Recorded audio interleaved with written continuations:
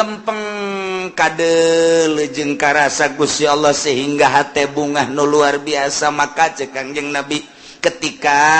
aranjeun kabeh boga kabingung boh urusan dunia boh urusan akhirat, maka salatlah 2 rakaat engke bakal dibere lolongkrang ku Gusti Allah. Lamun aya jelema bingung soal dunia, bingung soal akhirat, sok gerak ka Gusti Allah munajat Allahu Akbar, engke ku Gusti Allah bakal dibere rorongkrang lantaran di jero salat teh aya kabungahan-kabungahan anu hese dicaritakeunana.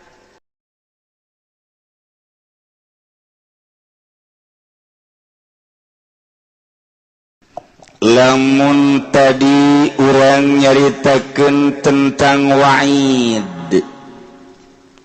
ayat ancaman ti Gusti Allah bagi jelema nu ngabohongkeun ka ayat-ayat Allah. Adigung-adiguna sombong teu daek sujud ka Gusti Allah,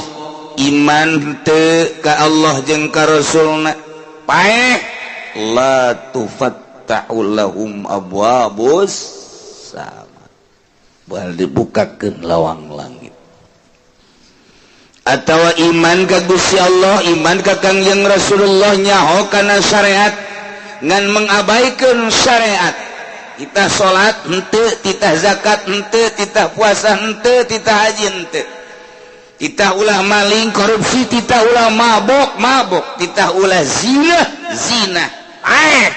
la tufattahu lahum abwabus sama, moal asup ka sorga, wala yadkhuluna al-jannata hatta yalijal jalwalu fi samil khiyat. Insyaallah, na'udzubillah min dzalik. Dilanjutkan ku Gusti Allah ayat wa'du, janji. Ulama inget ka wa'du, inget ka Syekh Fadil kamari. Rame-rame baca salawat wa'du. Cakna insyaallah. Janji. Insyaallah kuduna urang. Janji baca 313. Janji. Pan teu bagus eta kos kitu. Caknya da ge insyaallah. Nyana ngomong deui. Baca 313. Wa'du. Kumaha wa'du deui. Insyaallah caknya lagi atuh sebab besi janji ya teu maca pan ieu buktina henteu kan emang maraca aja henteu atuh ka ambeun ge pan lain deui atuh ngaca shalawat na ti jauh kene ngahiliwir seungi ieu mah pan bentek. Wah ieu budak janji doang maca shalawat padahal henteu. Janji Allah tengetkeun supaya mantep, bukakeun hati, asupkeun ka jero jantung supaya urang mantep bisa ngalaksanakeun instruksi-instruksi Gusti Allah Subhanahu wa ta'ala. Mana ya janji Allah, walladzina amanu wa 'amilus shalihat, dari jelema-jelema anu iman percaya ka Gusti Allah, percaya ka Kangjeng Rasulullah bahwa Kangjeng Rasulullah teh utusan Allah nu dibere wahyu ku Gusti Allah. Mun ditanya saha pangeran? Allah, iman berarti. Saha utusan Allah terakhir? Kangjeng Nabi Muhammad sallallahu alaihi wasallam, iman. Sanggeusna iman alladzina amanu wa 'amilus sholihat, ngamal amal soleh, ngalakukeun migawe kana amal soleh. Iman ka Kangjeng Nabi bahwa Kangjeng Nabi teh Rasulullah dibere wahyu bentukna Al-Qur'anul Karim, di jerona ieu nyaritakeun syariat-syariat Kangjeng Nabi nu diinstruksikan ku Gusti Allah, mulai ti ubudiyah, muamalah, munakahat, jinayat, aya kabeh kisos-kisos, cerita-cerita aya kabeh dina Al-Qur'anul Karim. Nah, memeh urang ngamalkeun ngaji heula nyaho tentang wudu berikut caina, nyaho tentang salat berikut syarat-syarat jeung rukuna kitu keneh puasa zakat haji. Nah ku hari pengamalanana wa amilu sholihati enteng iman ka Allah jeung ka Kangjeng Rasul ngalaksanakeun perintah-perintah jeung ngajauhan laranganana kumaha tah janji Allah ulaika ashabul jannah masya Allah eta jelema-jelema eta lah nu bakal dibere sorga alhamdulillahirabbil urang berarti kan saha deui atuh coba urang lamun ditanya iman ka Allah iman kajeun diseret geja urang mendek iman bae ka Gusti Allah tembak cenah saya paehan aing iman bae ka Gusti Allah berarti kan bener iman sia ka Kangjeng Rasul itu iman jasa aing muludan mual tahun aku sadus bae kan iman berarti kan marhaba dan lain sebagainya iman Kangjeng Nabi tah ngamalkeun amal soleh dulu di masjid saha nu ngimaman emang saha atuh nyaho gitu nyaho amal soleh salat puasa Ramadan yang mah teu kudu make sunah-sunah Ramadan doang geus cukup jadi instruksikeun geus puasa mah satahun segan sabulan doang Ramadan geus cukup sakitu mun haji kajeun sugi adag-adagan sakali aing mah geus zakat atuh aing mah kan zakat deui kumaha deui eta memang kos kitu jelema nu iman ka Allah ka Kangjeng Rasulullah nah ieu lah ulaika ashabul jannah sorga geus murah jasa sorga mah nu mantak lain ku amal asup ka sorga mah lamun urang ngandelkeun ka sorga amal isin atuh amal urang jang meuli sorga atuh isin puasa salat atuh urang mangan syukur Allahu akbar kadang ikut celi Allah maha agung jajero hate mah teu agungan kene cincin digosokan bae cincin terus mandi encan naon encan cincin geus digosok pamajikan cileuhan kene cincin geus digosok berarti kan agungan kene cincin Allahu akbar di mana sih tapi kajen teuing geus lah geus kitu bae pokona Allahu akbar nyaho salat naon zuhur sabarakat 4 bener berarti kan saya salat naon asar sabarakat 4 berarti bener ngaji berarti kan saya salat naon maghrib sabarakat 3 berarti bener eta ku sakitu ge geus hebat eta saya salat naon isya sabarakat 4 bener berarti kan berarti nah ngaji nyana saya salat naon ge subuh sabarakat 2 jam sabaraha ari Nek ngaji aing salat subuh heula. Ajo niatna qada. Berarti bener kan ngaji kan? Berarti eta jalma ngaji eta. Tungguan heula ngaji. Nitan salat subuh heula, sholli fardhu subuh rakaatain qobon. Allah. Itu kan bener berarti kan? Bener surga eta.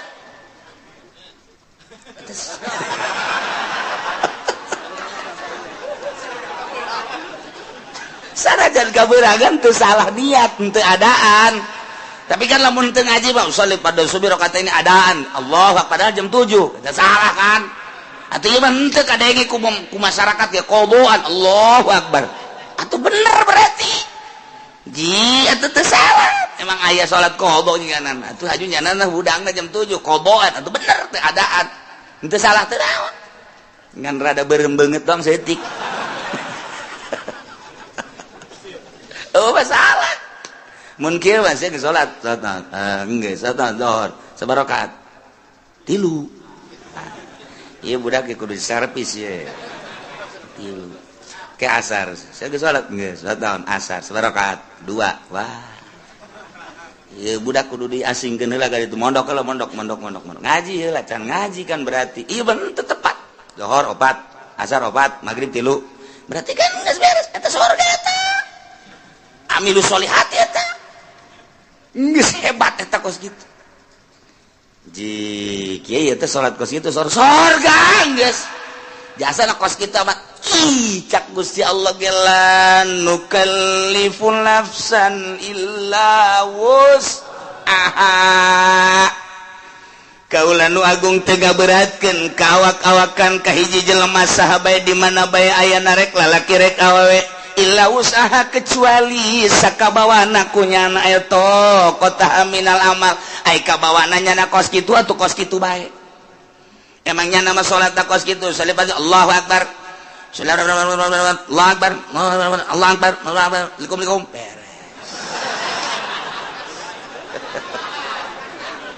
ya guys, ayo salat seberangkat opat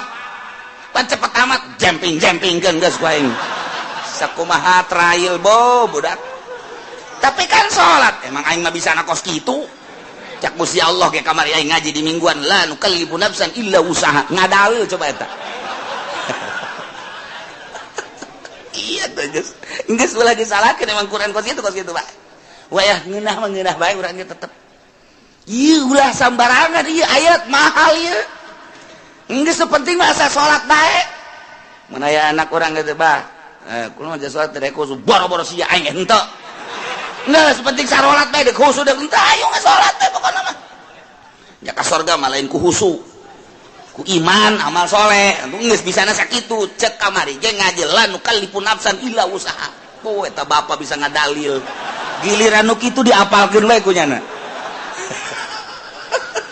geus aing mah ngapalkeun ayat eta bae asana tiis ka hate. Geus geunaheun ieu bener-bener lain lalagaan geus.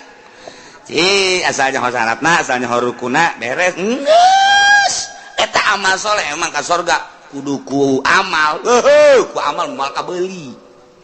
Mal kabeuli surga nu sakitu bagusna. Bayangkeun bae coba nu sakitu indahna widadari na ge lamun teh mah cinggirna ka dunya panon poe surem mun nyidu saket celaka laut jadi amis mun urang neuleuh ka widadari eta teh pingping jeung bitis da teh jerona ge kadeuleuh ku ngagenclang endek ditumpakan ku potongan Haji Pendi atuh ngajengkang ti heula geus lain ku amal ieu mah asup ka surga mah ku rahmat Allah subhanahu wa ta'ala bantak la nukallifu nafsan illa enteng geus ulah sok hese Masya Allah karim pokokna mah iman ka Allah mun ditanya sasia pangeran Allah beres sasia nabi sia Kanjeng Nabi Muhammad aing mah geus pokona mah sakitu bae sholat osok aing sholat sampai 5 kali sanajan aing teh husud tapi aing osok puasa aing puasa Ramadan osok sabulan aing kitu mah Senin Kamis segala mah dilok aing mah bener tapi aing mah diinstruksikeun ku Gusti Allah sabulan doang satahun eta mah osok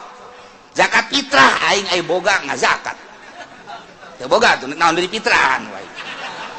aing boga mah ngazakat bae tuh aing mah terus eta kitu ge panen aing ngazakat dagang aing ngazakat haji jatuh aing geus bidug-bidug aing cenah sagala anu sagala sabodo pokona mah aing mah geus bae aing ka Mekah mantak ieu tiket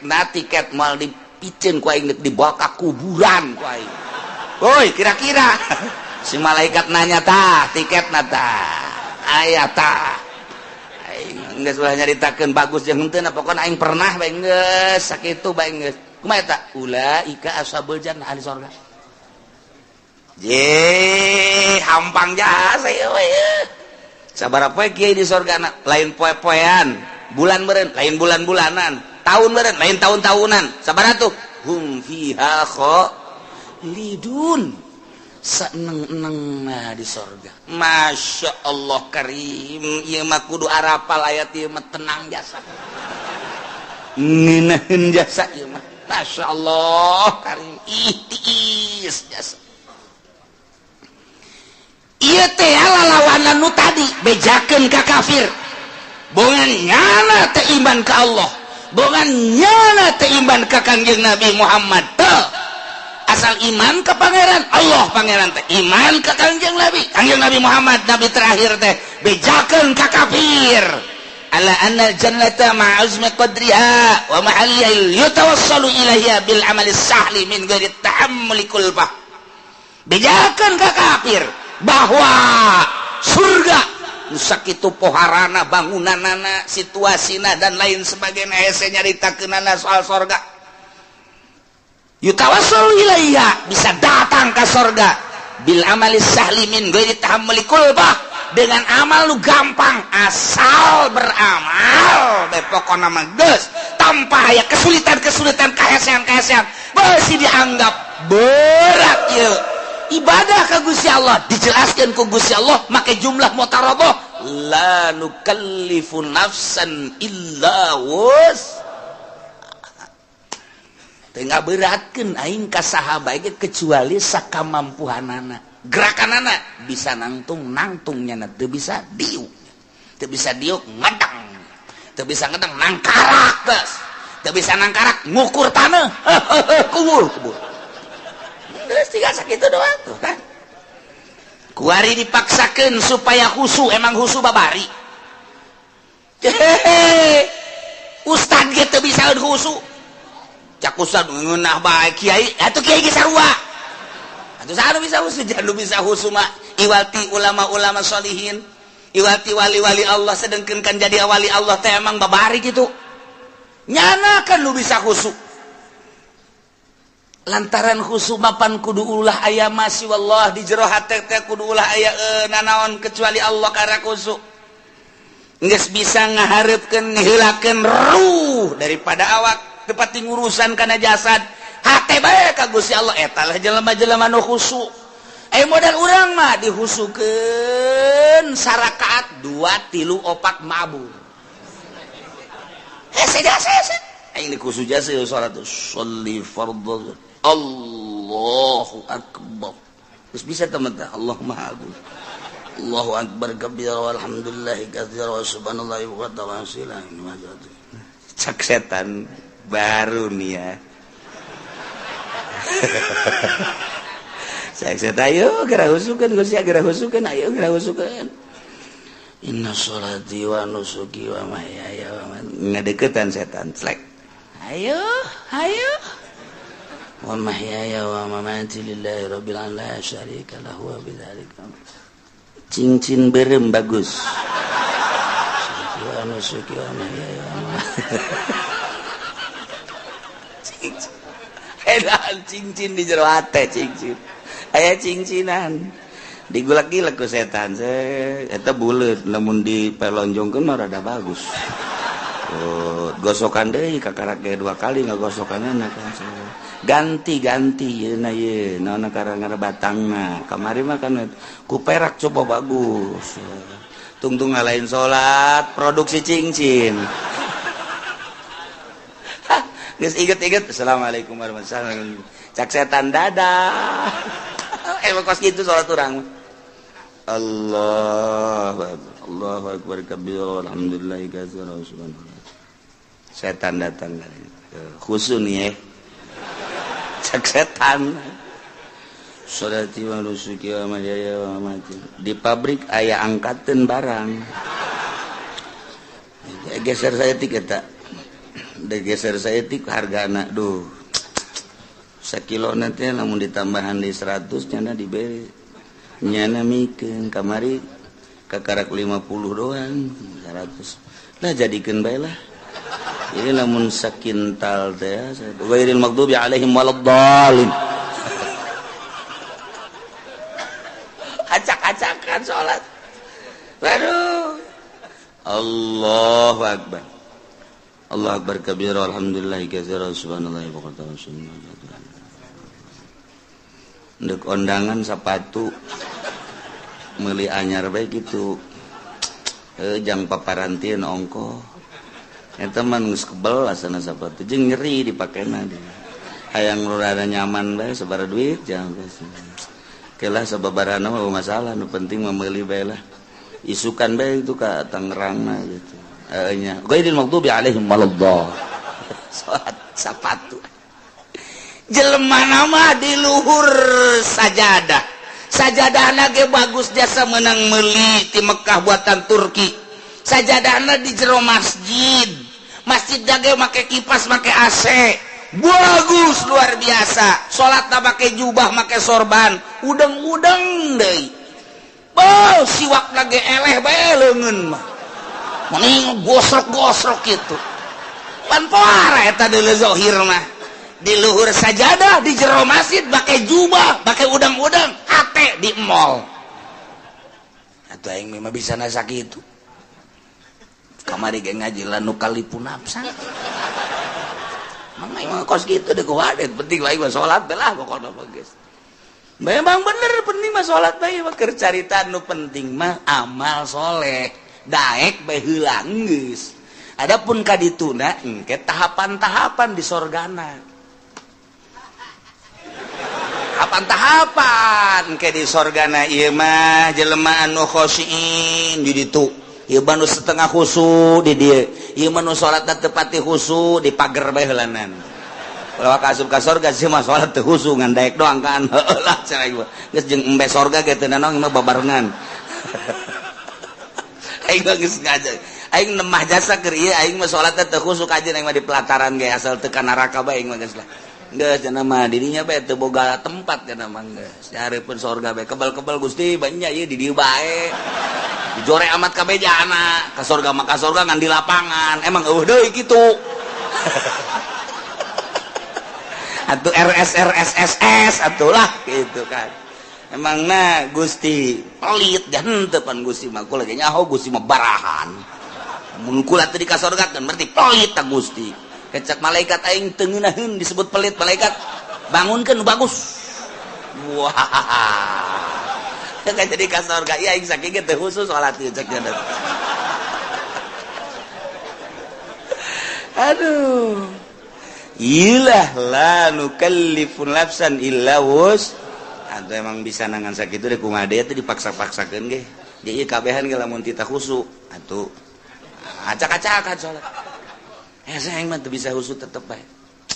saya bae tah khusu moal bisa sebab kudu ngaleungitkeun salian Allah anu bisa gitu wali salian gitu ulama sholihin kakaraknya nama teger Allahu Akbar contohna nya nama ku teger-tegerna kahuruan Syekh Marufil Qurhi keur salat di masjid kemudian kahuruan nya nama teu lumpat beres wabeh daratang kana emang naon ieu kahuruan teh masyaallah jaeu teu kan teu nyaho jadi kahuruan salat kahuruan nyana teu nyaho urang mah kureungit reungit oh pencak turun kabeh reungit ngomong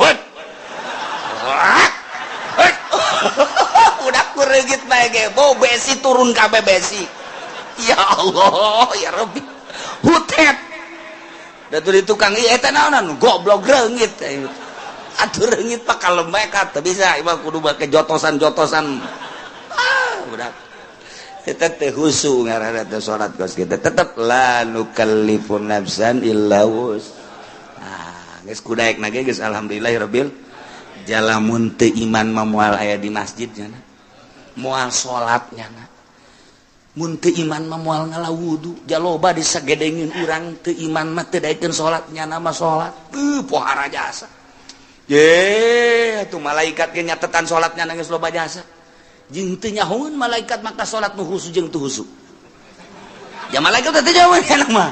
ngan sakadar nyatetan doang salat enggak teu nyahoeun nu mana nu khusu nu teu khusu teu nyahoeun malaikat mah tuh matak laporan ka Allah tah lengkap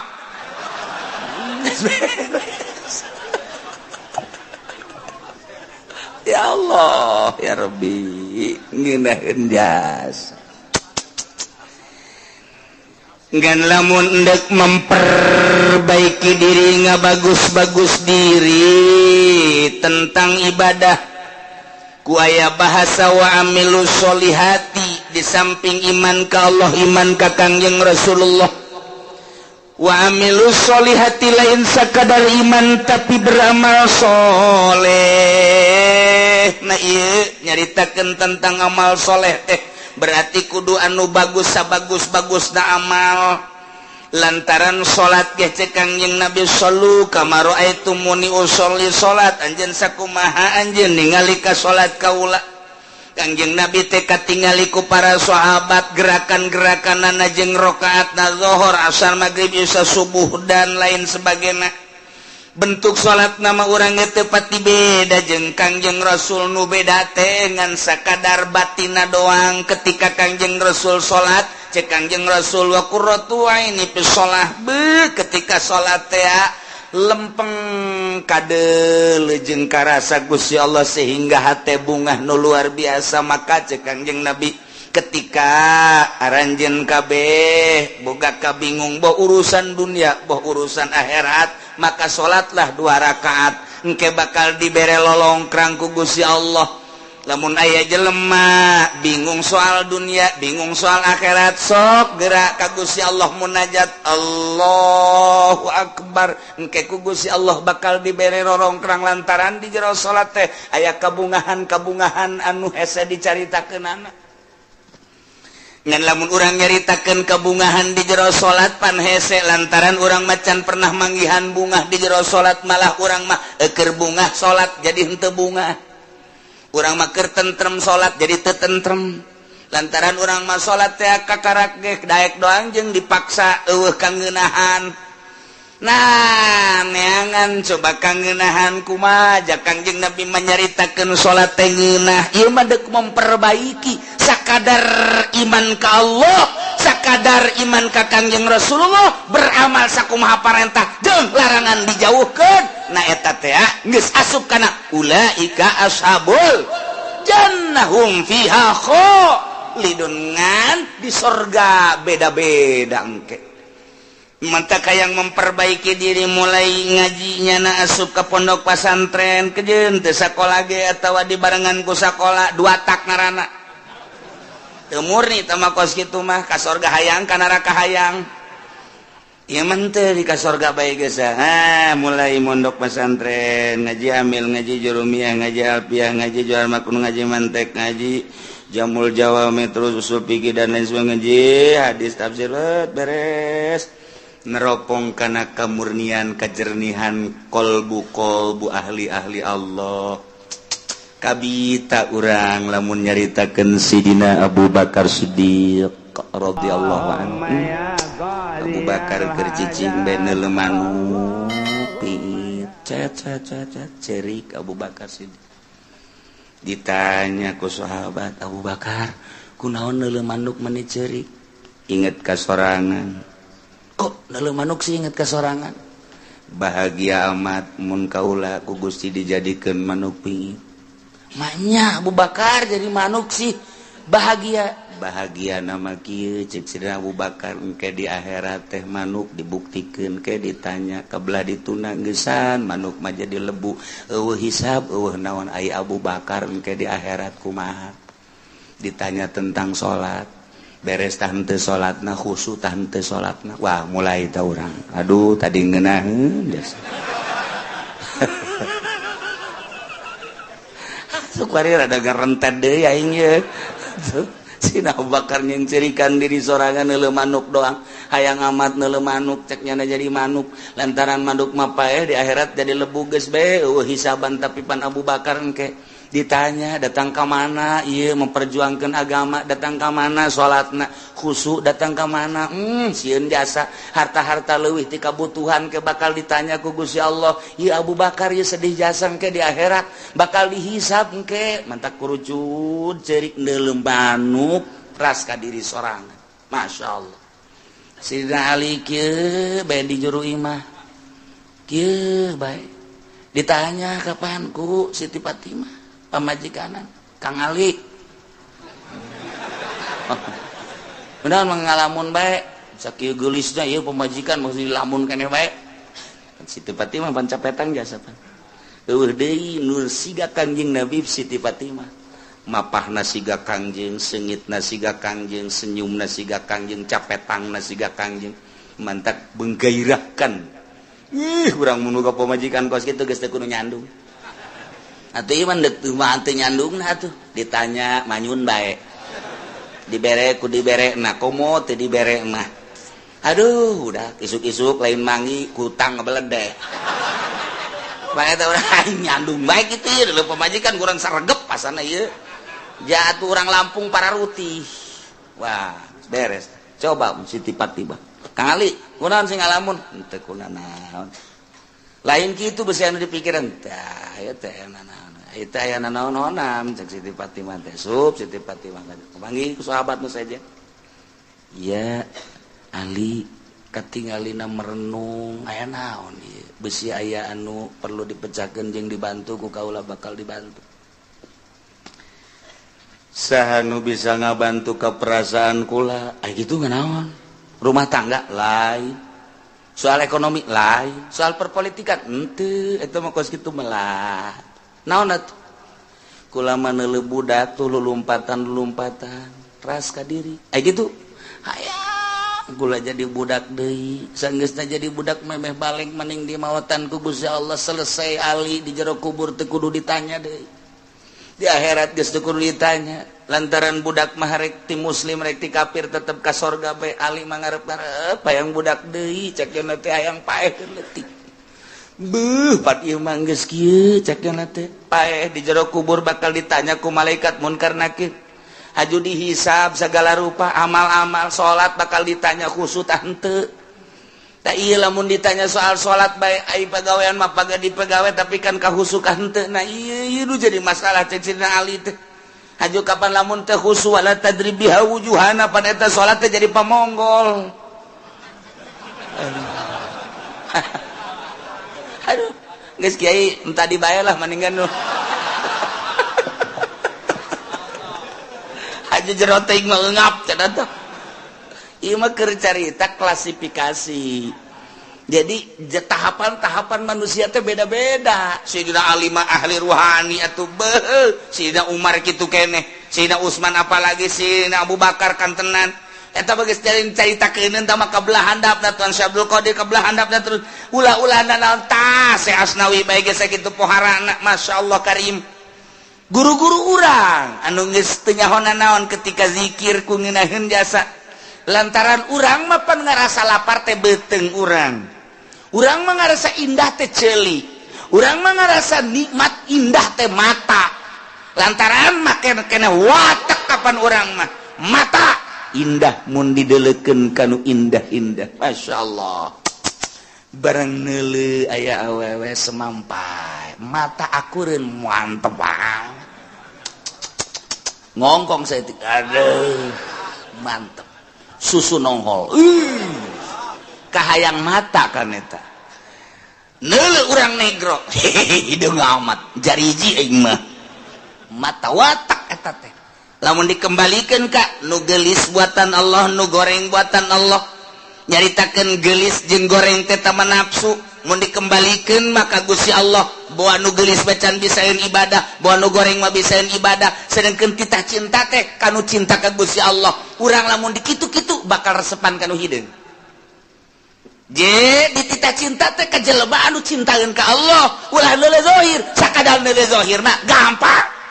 urang kuari jadi jelema sugi aya di urang gagah aya di urang kasep aya di urang bintang film mana anu ku urang henteu bisa dibeuli zahir mah gampang tapi nyana cintaeun teh ka Allah tapi lamun urang diticahan mika cintana kanu dicintai ku Gusti Allah hararese kapanggih jeung nu hideung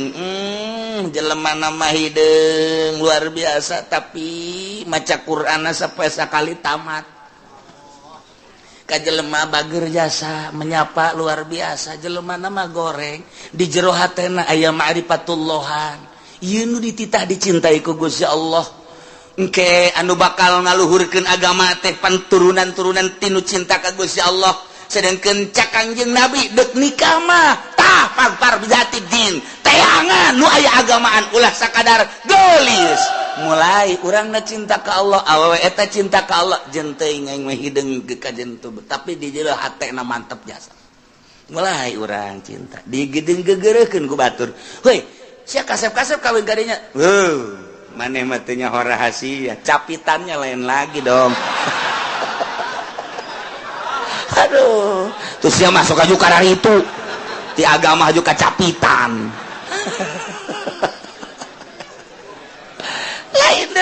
itu didele batin Masya Allah kurang kawin lillahi ta'ala tenele gelis na tenele kaya na tenele tapi nele agama na borojol boga budak Masya Allah budak diajak nonton TV teu sebab timbul ti indung anu tatadina maca Quran bae maca sholawat bae dibawa kurang nonton TV cerik tapi lamun teu nonton TV cicing pan aneh coba anak kurang lamun di luar cerik dibawa nonton TV cicing sial jasa tah budak Masya Allah tapi iya mah asal di hareupeun TV bangun teu betaheun teh keluar bae manehna mah betaheun asal diasupkeun ka TV dia kageun ka TV teu daekeun Masya Allah bahagia aya naonna dia budak mulai gede saeutik nyahueun ka bahasa-bahasa alif ba ta sa jim dan lain sebagainya teu kebal haju bisa maca Quran nikmat gede saeutik haju bae ngajakan bapakna narik abah ayo ka masjid diajakan abah ku anak ji cakabana budak lain aing ngajak sia dan sia ngajak aing ji cakina aing izin ye tuh bari tatarik ku budak ayo abah ka masjid tuh, tinggal lindungna tuh budak ge tuh ngajakan ulah di TV bae heuh nya wah tiba heula kos kitu bae pagawean teh tuh aing izin ka anak heulanan tuh ka anak izin Masya Allah ieu lain lalagaan nah fasbar bizatidin ieu keur carita memperbaiki diri. Emang bisa nanya kos gitu tetap baginya nabala nukallifun nafsan illa wus urang nyaritakeun hakikat di makon hakikat panjacaknya nanti hese nyaritakeun torekat jelema nu norekat di makom torekat baja teh hese cak urang nu teu norekat hese amat kudu udang ti peuting kudu zikir kudu mandi dan lain sebagainya berat amat di makom nama hampang geus datang ke hakikat jadi nyaritakeun hakikat anulah berat amat di makom nama aja hampang nu diberatkan ku Gusti Allah dengan bahasa lanu kalipun nafsan illa wusaha teh ieu teh samakom bagi ahli hakikat teu berat cek ahli hakikat bagi ahli norekat teu berat cek ahli torekat mah bagi urang nu di syariat ja teu berat di syariat ge nu penting mah salat puasa zakat haji beres khusus urusan wali tama kos kitu mah beres ya emang urang mah makom di dinya sia salat bamana teh husu ira husu aing sih emang teh husu aing mah geus kos kieu kaayaan pokona ngan aing mah protes bae ka Allah mun teu ka sorga emang beunang apaan aing ngaji di Cilongot la nu qalifun nafsan illa wusa dak dibawa ku aing ka hareupeun Allah ieu ayat ieu hebat jasa teh budak ku embung-embungna husu burung kesimpulan nama jelema iman ka Allah ka Kangjeng Rasulullah beramal soleh disadiakeun ku janji Allah lain ku amal ku janji Allah sorga di sorgana hum fiha khalidun breng arasup ka sorga geus puguh mursalin nabiyin geus puguh para sahabat geus puguh para aulia Allah geus puguh para ulama geus puguh para ahli thariqah ieu ahli syariat ge wabeh arasup ka sorga lamun anu bobolokot ku dosa wayahna dianclomkeun heula ieu mah wayahna doang tetep ka sorga.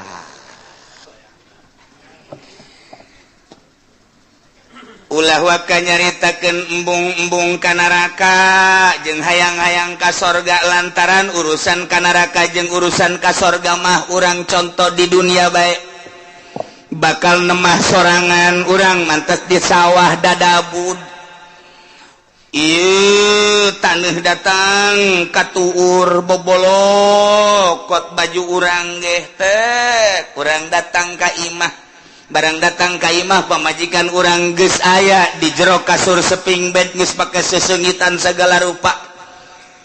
cak pamajikan kakak ka dieu yeuh geugeran kula geus teu make calana aca kira-kira urang nu dadabud bobolokot takutane wani henteu coba ka kasur ayo moal wani ke heula kakak deuk kukumbah heula kan kitu kajen kukumbah ge henteu ieu mah kadi kalalotor tu teu ngeunah boh bararau kieu kek kakak dek bebersih heula dek mandi pakai sabun ke pakai sesengitan karena kadinya moal kebal moal atuh teu wani nyana ka kasur nyana eta ge sakitu ge ieu ge sarua Allah nyadiakeun sorga barang urang datang ka ditu hayu geura asup ka sorga sedengkeun urang ge karasa di dieu odoh judi aya di aing mabok aya di aing korupsi aya di aing nyana ge mit heula ka malaikat moal ka sorga kunaon dek dibersihan heula ku kula ieu mangkaning dek dibalem nyana sadar sorangan henteu cak malaikat ka sorga we teu pantes atuh nya ka sorga dadabud kieu cak nya tetep dek dibalem bae make seuneu jahanam jadi teu kudu hese-hese malaikat ge nyanana sorangan nu hayang meulem nyana percis kos urang matas di sawah pamajikan urang ngajakan ka dieu urang geus deuleu bener kutang geus nyenggrek sempak geus adi juru bae geus make naon heula cek badi heula teu wanieun nyana teu wanieun aing aduh lamun nyana kadinya bae berarti belum lamun bener sadar tetep mandi heula ieu ge sarua geus disadiakeun sorga ngan kulantaran dadabun ku dosa sadar nyana ke aing dek mandi seuneu jahanam heula cek malaikat teu kudu geus ka sorga embong isin aing di ditu nangke bake geuh-geuyan ka aing kotor-kotor ka dieu cek nanti ke aing mah mandi heula jadi mandi sorangan nya ngabersihan sorangan mata urut neuleuan si embah dikecrokan ku nya malah disadiakeun beusina ditojosan ku sorangan say mata kurang nyaritakeun Kangjeng Nabi aya jelema ngaguntingan sorangan bener teu aya jelema ngusur atuh emang ku sorangan bungannya anak pagawean sorangan tuh ku sorangan dibersihan ku sorangan jasa najan SBY nyana mantan presiden wah ya mandi mah ku sorangan tilok anu di pandian wah kukuna kuku so ya kelek aduh sorangan nyana bebersih urang ge sarua di neraka teh ngabersihan sorangan mana nu leuwih panas dia kurang panas asana ieu mah cenah kebersihan sorangan ya Allah lantaran nek diasupkeun ke tempat nu bagus. Nah, kuari geus bararagus kabeh asup ka sorga. Kumaha di sorga? Wa nazalna ma fi sudurihim min ghillin tajri min tahtihimul anhar. Barang datang ka sorga kabeh ge pan urang wararau. Ente ku ana di teangan. Waduh, anak ka mana bae ente teu kapanggih-panggih. Wah, salah ngomong tuh budak. Waduh, anak teu kapanggih-panggih jeung ente. Oh iya rangkula. Ente ieu bisa ka dieu sebab kumaha ente alhamdulillah kana raka heula teu. Sakedeung jakena ngaberesan kreditan doang. Panas, waktu lain panas-panas deui. Geheng aing di neraka. Tapi pan itu dibersihan mana aing teu pantes ka sorga. Oh nya, sia langsung pengen teu cakeun. Dongeng tanya di sorga teh beres kan tuh si anu karang datang tuh woi dadah ka dieu isi teh ka neraka aing rada kebal cak deun nerakana emang kunaon gitu aduh aing lah geus hese nyaritakeunana cak nya aing tukang ngoyag-ngoyag si mbak cak ka sorga kabeh geus tah go aing istimewa mah nu tadi teu kudu dicaritakeun para aulia Allah para ulama para eta teh mah geus istimewa. Nah, kuari geus karumpul, kuari sorga. Gusti Allah di sorga teh nyabut ngalengitkeun mapi sudurihim panyakit-panyakit nu aya di jero hate min gilin tina ngunek-ngunek kana bainahum fid dunya anu sok terjadi di dunia mah kapan aya ngunek-ngunek. Urang naik motor net aya bae anu nyiap set goblok teh budak awas ya kuai. Tungguan sia motor naon sia koreng nah disusul sia kuai ngunek-ngunek ngaranna lamun sabar mah kan teh oh teu tihla bae eta keur carita kendaraan urang ngawarung sia maju goblok teh budak awas sia kuai kunaon sia kakarak ngawarung anyar maju aing henteu sia kuai susul sia kuai ngunek-ngunek ngaranna urang kapanggih jeung hiji jelema nyana bangun sinis bae ka urang sia awas mun kapanggih ku aing moal diberes ya ku aing mali beres senyum-senyum macan ngunek-ngunek ngaran aya di jero hate tah aya syirik aya hikdi dan lain sebagainya penyakit tokos kitu nu mawa teu nyaman di dunia kiai ge mawa ilmuna hampir teu bisaeun lantaran nyana ku takaburna ngunek-ngunek goblok kiai itu mah kunaon kiai anyar keneh jadi kiai na kok kapake aing geus heubeul jadi kiai na henteu kapake awas sia ku aing kapangi dihajar sia ku aing kiai bae kos kitu untuk mau jawara ngunek-ngunek kos kitu ih tolol eta si Mang eta ai batur diondang ai aing henteu jah teu budak goblok jasa emang aing teu kadeuleu meureun kunyana pajar lain kiai meureun kayak gerak sia ku aing diancam sia ku aing awas eta ngunek-ngunek eta teu nyaman tak kos kitu Penyakit ngunek-ngunek mah tuh ti rakyat datang ke pejabat, ti santri datang ke kiai araya kabeh ngunek-ngunek penyakit anu nomor hiji nu mantak dipuat di dieu ge. Tadi surga mah dicabut ku Gusti Allah. Eueuh ngunek-ngunek. Eueuh syirik dengki pidik teh aya. Sanajan aya kelas di surga, oh si anu mah di kelas hiji di surga Firdaus, si anu mah di surga Naim, si anu mah di surga anu. Ngunek-ngunek sanajan aya nu dihandap panghandapna jelema di sorgana panghandapna henteu sirik ka nu di luhur. Nu di luhur teh takabur ka nu akur bae di sorga mah. Penyakit nikmat jasa di sorga. Penyakit hikdu, penyakit syirik, penyakit macam-macam teu aya. Pokona mah geus nina. Bae geus dicabut ku Gusti Allah penyakit nu aya di dunia. Geus berarti urang teh selalu sono hikdu nanaon selalu rindu urang hayang kapanggih deui ke hayang kapanggih jeung anu hayang kapanggih teu aya unek-unek sanajan batur urang di kelas tu luhur urang di handap atawa urang di luhur batur yana teu aya ngunek-ngunek teu aya hasud teu aya dengki teu aya nanaon nikmat di surga mah di surga tajri min tahtihal anhar tahtihimul anhar. Bangunan ulah dicaritakeun ulah dibayangkeun cara di Kelapa Gading ulah dicaritakeun dibayangkeun cara BSD tameuhna naonan kadeuleuna doang ku urang indah coba usah urang asup ka jero WC geus teh dikrok-krok acan dia tilok dieusipan kunyana nararanglet dan lain sebagainya ulah dibayangkeun ngeunah urang horenganan nu ngeunah dalam dunia mah sapira bangunan kos kitu di dunia mah eueuh nu nikmat cenah kelas 10 M sapira 10 M cenah aya anu 50 M eueuh nu ngeunah di dunia mah rieuh nu aya ke di akhirat mah bangunanana batuna tina emas jeung perak tiga intina inten berlian teu kudu make lampu tapi seluruh sinar-sinar lampu ti mimiti herang caang beureum koneng biru araya hese nyaritakeunana tajri min tahtihimul anhar dihandapeun gedung-gedung urang sing korolok cai bisa ditambai urang keur cicing di luhur hayang cai ka luhur disintrekan doang kitu dicepret cai nae ka luhur hayang cai naon hayang cai susu aya hayang cai arak aya hayang cai naon bae tinggal